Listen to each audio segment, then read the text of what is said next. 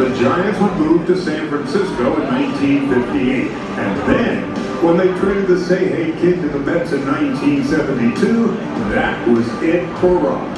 By then, comic legend Carl Reiner's son had already moved to Los Angeles and became a rabid fan of his new hometown team, the Dodgers. My father, who is now 96, he just turned 96, he was also a New York Giant fan. But in 1947, which is the year I was born, Jackie Robinson came into the Major Leagues, broke the historic color line, and my father became a Dodger fan at that point. So when we moved to LA, he was already a Dodger fan, and the whole idea of Jackie Robinson and the history of the Dodgers, it was pretty easy to become a Dodger fan. Plus, in the 60s, I mean, you had Koufax and Drysdale and, great teams. It was pretty easy to root for. Rob, the fan, was at Dodger Stadium to witness 3 of the 4 no-hitters thrown by Sandy Koufax. He would play in celebrity games here and elsewhere.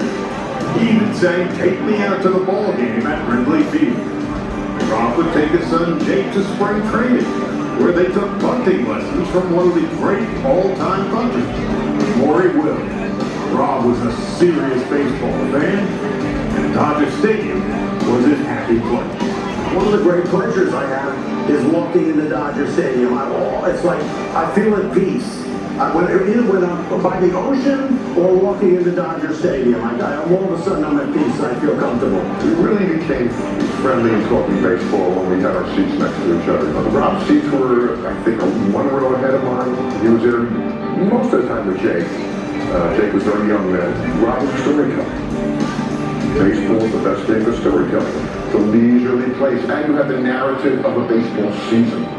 No sport has that narrative where it changes and goes ups and downs because it's so long. We love baseball. We talked about baseball a lot. And Rob looked at that. Today we remember and honor 2 storytellers whose own story together began with the Dodgers. Joining us now to throw out our ceremonial first day, Jake and Romy Reiner.